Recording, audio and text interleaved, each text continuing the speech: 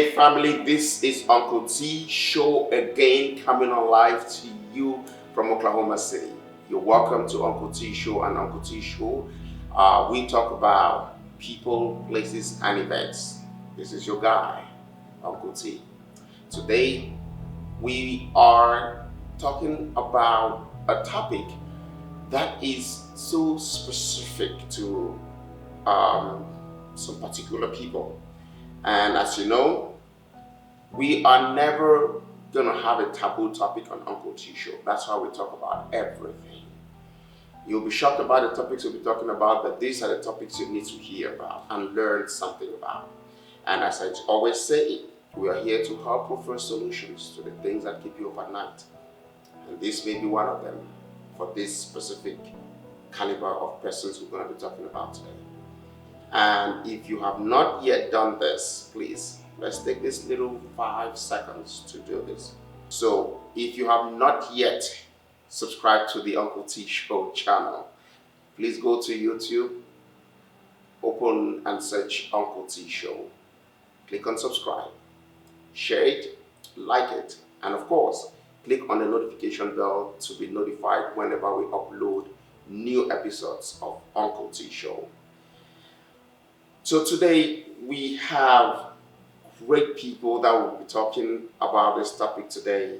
And like I want to say before I go into this, it is not general. This is not the topic that, or the discussions that we're going to have today are specific to the persons that are here. It is their experience. You might have a different experience on this topic.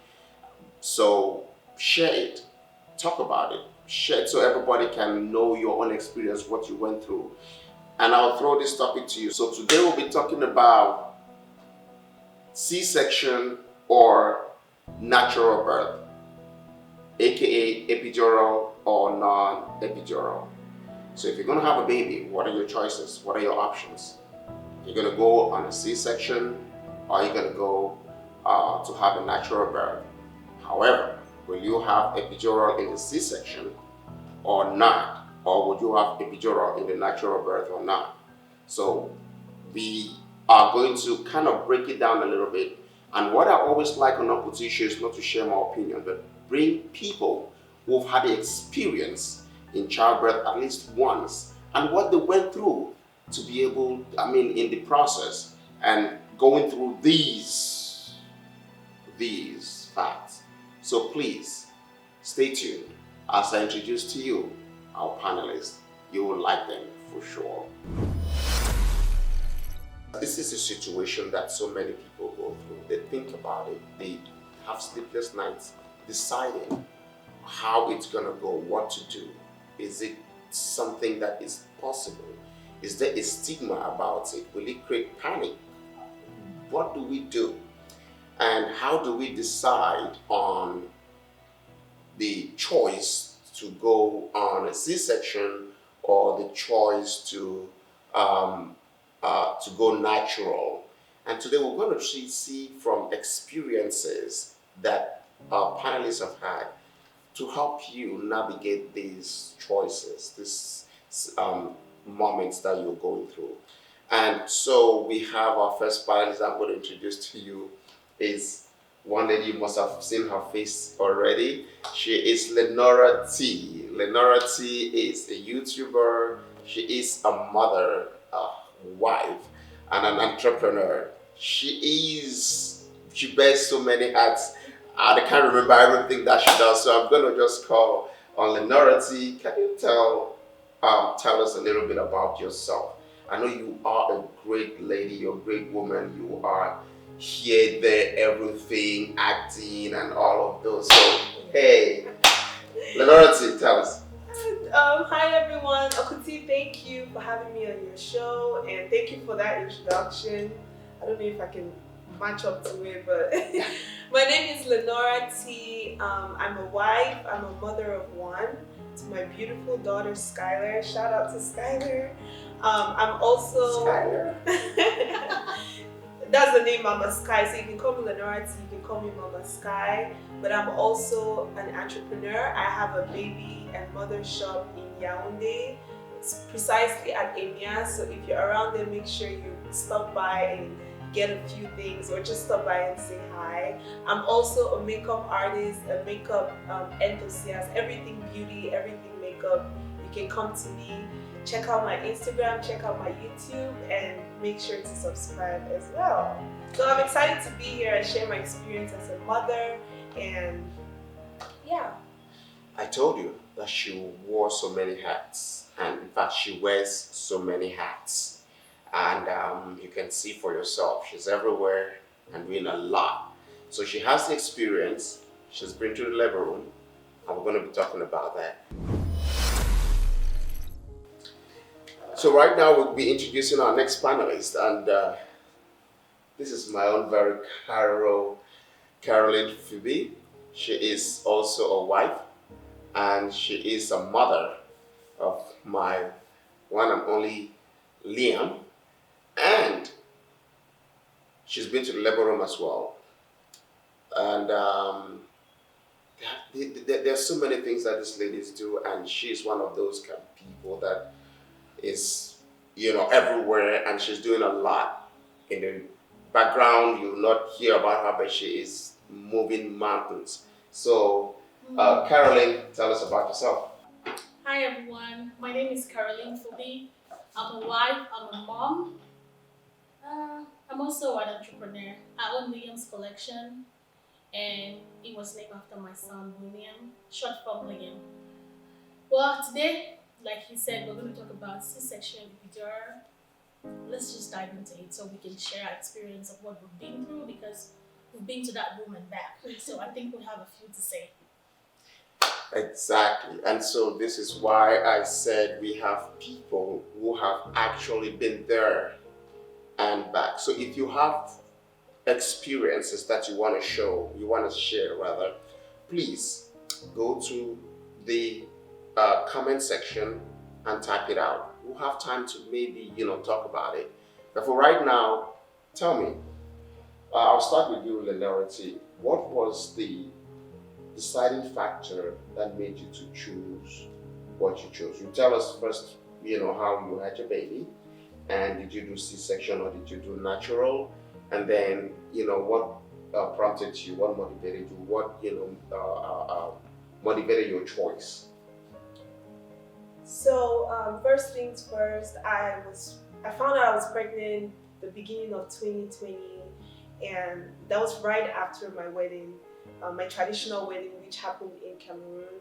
And so when I came back to the United States, I found out I was pregnant, and at first it was a very difficult thing to accept because, of course, I'd never been pregnant before. And so when I found out, there was a mixture of excitement and fear, and I just didn't know how to process it. Okay. It actually took me about 2-3 months to tell my mom that I was pregnant. Wow. And so when I came to that place where I was comfortable and I wasn't scared anymore, and I don't know how I got out of that fear, but I just, accepted what was about to happen, and it became a journey where I was excited. I just wanted to go through the process of carrying the baby, giving birth to the baby. And so I just changed my whole mindset into, I'm excited, I want to find out. I've heard about labor pains, I've heard about C-section. I just want to find out, I just want to experience it. And so finding out that there's all these options of epidural and C-section, all these things, I just had the mindset of whatever happens, happens.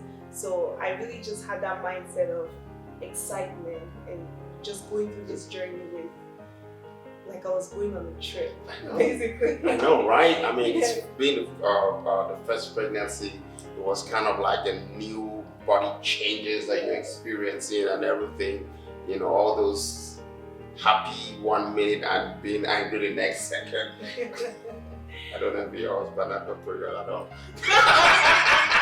I'll be there myself. So, wanting to eat corn at 2 a.m. the boiled corn at 2 a.m.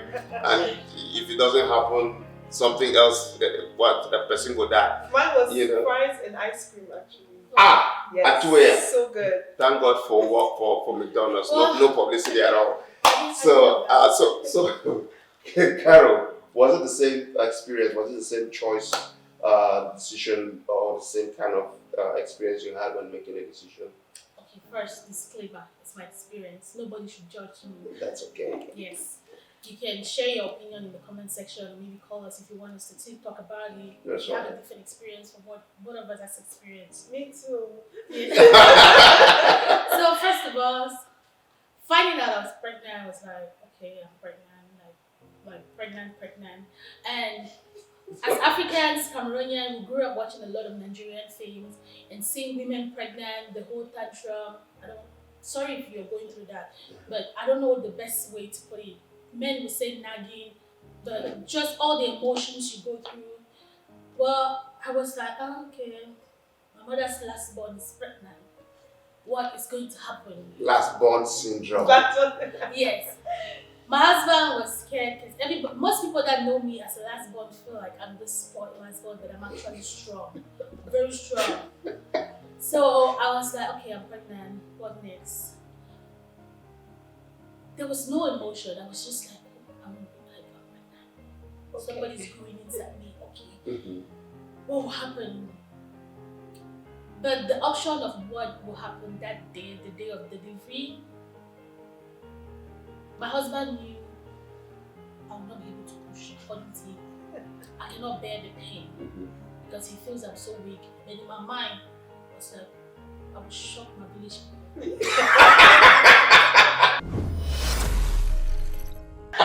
Yes, I said I was going to do it. Yeah, that's right. So I was going into that labor room knowing I'm pushing this baby out.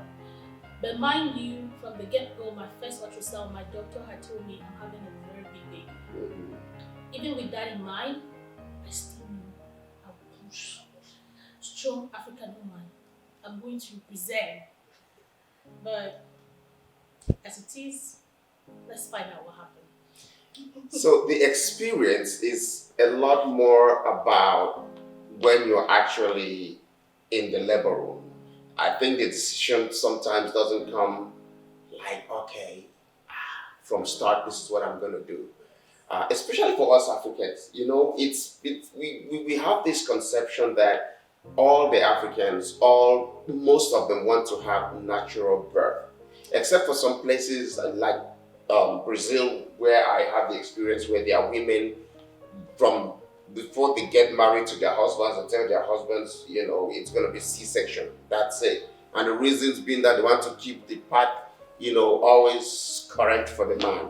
You know what I'm saying? They don't want to mess it up with the baby's head or whatever it is. So that's the point.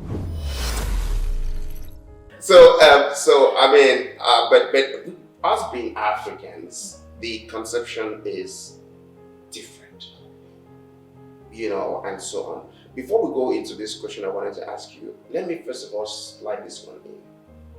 So tell us your experience when you got into the labor room. What happened? Was it that you had preconceived your childbirth option already, or it changed as a result of the process? I would say going in there, I initially had the mindset of whatever happens, happens. But in my head, ideally, I knew that if the pain gets unbearable, I'm getting an epidural. No arguments.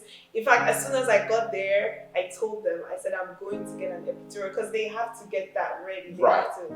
Right. Yeah. So I was ready for that, but I knew that if it had to go the C-section route, that's fine. Okay, so in your head, you're going there to have a natural birth. I was going whatever happens. I wasn't picky. Picky at all? Yeah, Okay. I wasn't picky.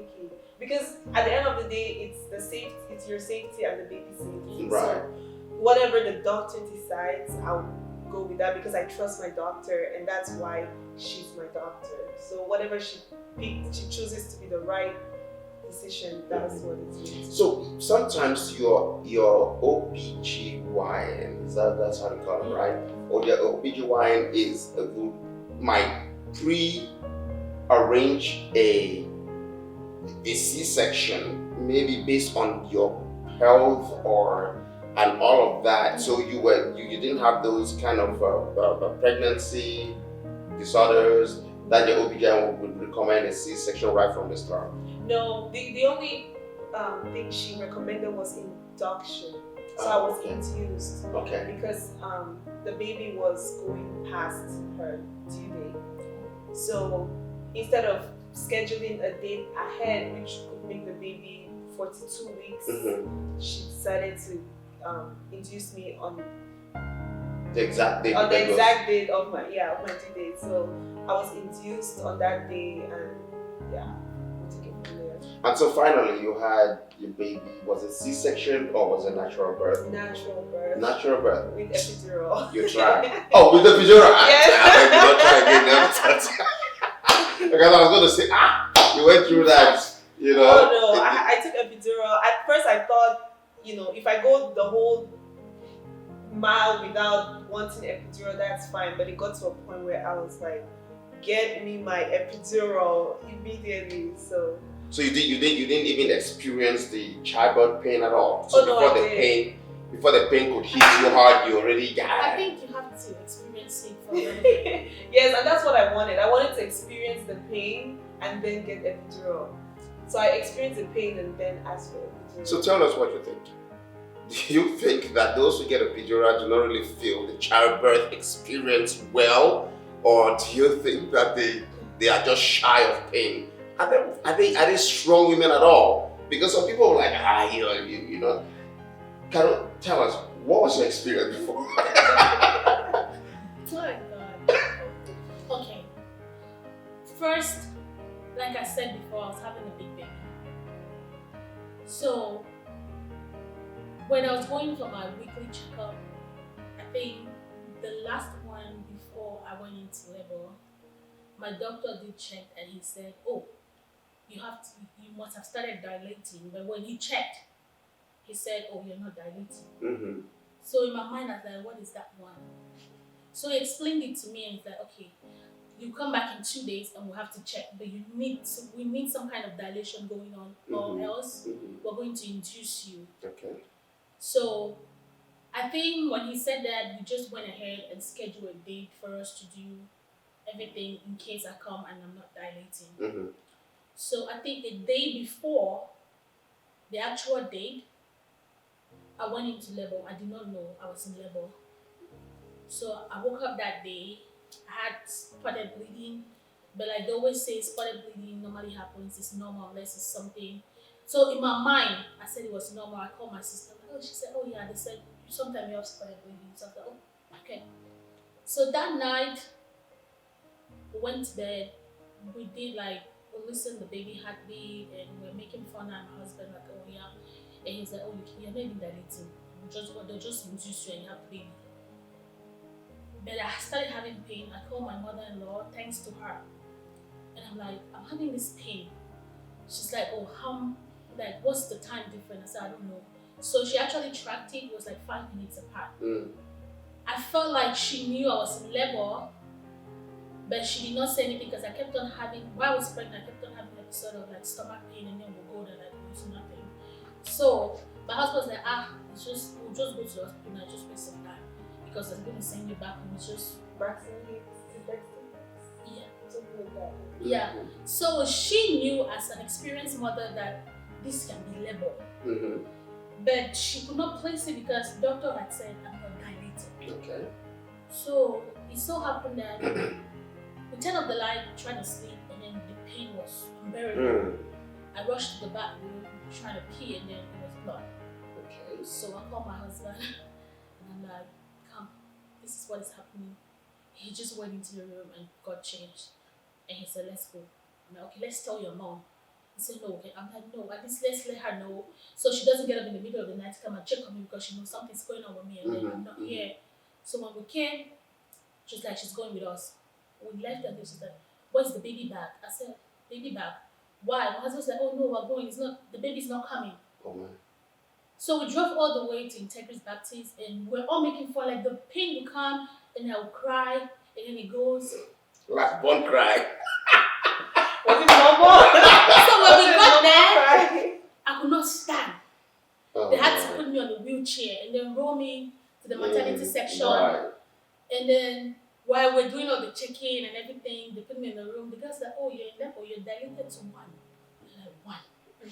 And then this lady walked past and they said she dilated to 4. And I went and died. Probably my boss going through this labor. So she called my doctor. My doctor said, "Oh, we cannot keep her. She has to be at least 3 before we can give her a room. Mm-hmm. So let her go for a walk for an hour and then check again. If it's not 3, then you send her back home." I say, "Hey, with this pain, go back home. 3. I'm not even reached 2. So like, at that point, mind you, in my mind, I'm going to push. Okay. But because my husband always make fun of me, like, you cannot push. Like, if the whole hospital will hear you that day. So I'm trying to be like, I will prove this man wrong. Like, what do you take me for? Husband, be encouraging you. He already knew, like, you're too weak. So I said, okay, no problem. Let's see how it goes. So we struggle, walk around. We came back and she said, "Oh, you're finally doing it. Oh, thank you." So they took me to a room. And then that the epidural option came. Okay. So with that mindset of I want to push, I felt like epidural was going to be a hindrance to me. Mm-hmm. Like if I take epidural, I'll probably feel like I'm weak, I'm pushing, no pain.